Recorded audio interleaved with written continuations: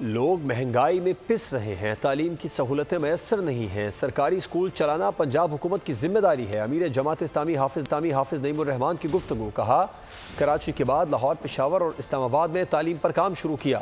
جماعت اسلامی نوجوانوں کو ہنرمند بنا رہی ہے۔ مڈل کلاس لوگ بمشکل اپنی تعلیم حاصل کر پا رہے ہیں، یونیورسٹی میں فیس ادا کر پا رہے ہیں، وہ کیا کریں؟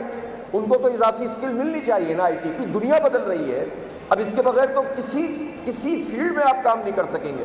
اور بدقسمتی سے ہمارے اس نظام تعلیم میں وہ انکارپوریٹ نہیں ہوئی ہے جو ہو جانی چاہیے تھی۔ جو وسائل حکومت کے پاس یا ریاست کے پاس ہمارے ہیں وہ تھوڑے نہیں ہوتے، اس پر آواز اٹھا کر اس قبضے سے نکال کر عوام کی طرف شفٹ کرنے کے لیے پولیٹیکل اسٹرگل کریں، یہ سب سے بڑی خدمت ہے۔ تو ہم اس شکوے کے ساتھ ساتھ اپنے حصے کا کام بھی کرتے ہیں، اور اس کام کے لیے ہم نے پھر یہ بنو قابل لانچ کیا۔ الحمدللہ بہت توقع سے کہیں زیادہ اس کو پذیرائی ملی۔